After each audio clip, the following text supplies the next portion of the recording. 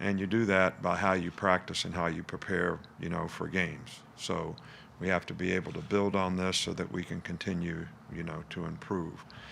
We're excited about SEC home opener, here this Saturday on CBS, and it's an opportunity to play, what could be arguably the best team we've played so far this year.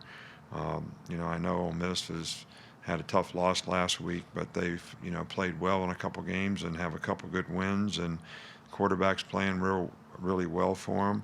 Um, you know, Backup quarterback came in and played even better, in the game last week. They got a really good runner. They got some really good skill players at receiver. Um, got good specialists, good return guys. Their defense has been a lot more aggressive this year in terms of creating negative plays, sacks, tackles for loss, those types of things. So this is a well-coached team, and this is a team that we've struggled with some in the past that, we're certainly going to have a great week of preparation to be able to play well in this game. Coach, we'll start right here with John. How much, since you've been in the SEC, how much kind of a philosophy change have you seen offensively where it used to be run first, now two of the top three passing teams in the country are from the SEC West? Well, I don't think it's just this conference. I think it's football in general. I think, used to be a lot more closed formations. Now everything is spread and open. I think space play is much more important than it used to be years ago.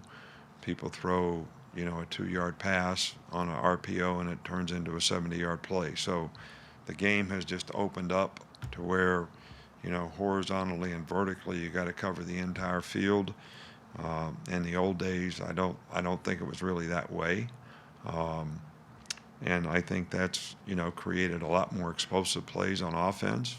And people who have good skill players and a good quarterback have a chance to really, take advantage of some of those things. And it makes it much more difficult on defense. So I think the combination of those things probably has changed our league just like it's changed football in general.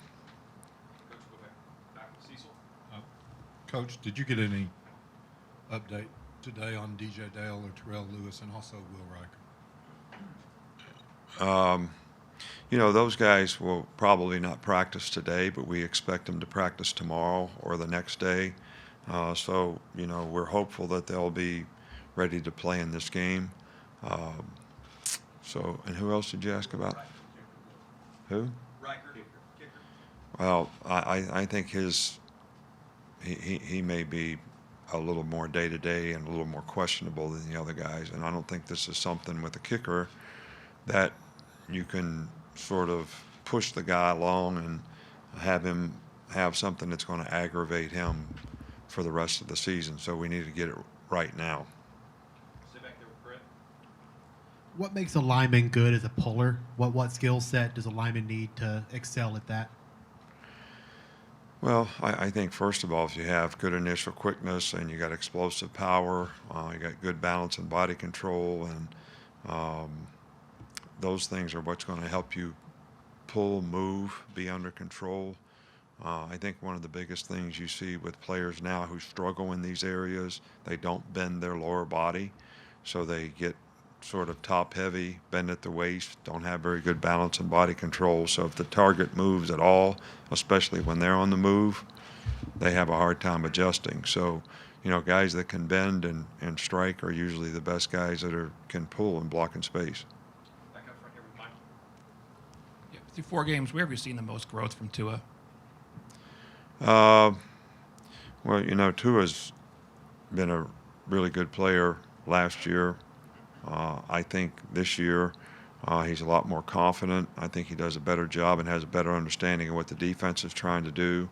And I think that just elevates his ability to make better choices and decisions. Not that he ever made bad ones before. I don't mean it that way. He's got good skill players and he's accurate getting them the ball. And he gets the ball out of his hand quick, and we haven't taken a lot of bad plays. Coach, back over to the right with Charlie. With Deontay Brown now eligible to play for you guys, what's the plan for him this week and just moving forward? Well, the plan for every player on our team is the guy's got to beat somebody out if he wants to play. I mean, nobody's entitled to play. I mean, so, he gets in shape. He does what he's supposed to do. He shows that he can play better than somebody else that's playing. That's the plan. Just like it's the plan for every other guy on the team. So that's really kind of up to him, not up to me. Here in the middle with Joe. Nick, on Friday, former Alabama football players in the NFL started receiving boxes of gear from you. I was wondering what was the origin story behind that, and how long have you been doing that, and why you think it's so important? Well, we're just really proud of the guys who did a fabulous job of, representing this program when they've, been here. And, we seem to have, quite a few guys this year who had very impactful seasons, early on in terms of helping the team that they're on now. So it's just sort of a, token of our appreciation for what they're doing, how they're doing it, how they're representing the University of Alabama, even after they're gone, and how it makes us all proud that they do that. I think our fans, our program, our administration, and everybody here. So just a little, gesture of appreciation. And back over with Tony. How much of a spark does Henry Ruggs provide early in games, and do you try to get him involved more early in games? Well, I think that we like to get all our guys involved early in the games. I think that, some of the plays that these guys make, I know you all look at it like, okay, we put this play in so we could throw the ball to this guy, but you throw the ball to the guy relative to what the defense does. So, one of the plays that he scored on early in the game was a double pattern, which was kind of a setup play for him. But the other play was an RPO. We could have just as easily handed the ball off as throwing it to him relative to what the defense did. So I think, our receiver core in general, ability to catch and run with the ball, including Henry Ruggs, is, one of the assets that we have on our team. So, we want all those guys to get featured the best we can. Go with James here. Back. Anthony Jennings has had good statistical production so far, but what else does he do to help the team that doesn't show up on the stat sheet? Well, I think the two guys that have probably on defense that has really, sort of picked up the leadership, part of it, setting a good example, really encouraging some of the young players. Anthony Jennings and Xavier McKinney have, those two guys have tried to, pick up some of the slack when, some of these other guys that were older, more experienced players that had leadership roles, aren't present. And I think, both those guys have played very well. They're both like players of the week this year, and they both have had really good production. But I think what you don't see is how they're impacting and affecting, other players on the team who probably need their support. And it helps the younger players have confidence when they feel like the older players are confident in them. We'll finish up back with Edwin unless we have another follow-up. Could you talk about Christian Barrymore, and do you think he's going to be seeing some more significant playing time in the future? Well, we certainly are pleased with the progress that he's made. He's got ability, he's got initial quickness. The challenge for us has been, to get him to do the things that he needs to do relative to the rest of the players on defense. You can't have guys that if they're supposed to slant to the right, slant to the left. That's when the ball goes, out the gate. And he's learning that that's a real critical part of what he needs to do to take the next step as a player. And we certainly need for him to do that. And we're encouraged by the steps that he's made, to do that. So hopefully his role will increase for us in the future. Coach, we did have two more quick follow-ups with Cecil and then Tony will be done. Coach, just a general, non-specific question, since the recruiting calendar's accelerated so much. What's the importance of signing a quarterback every year in the overall scheme of recruiting? Well, I think the importance is to sign a good quarterback.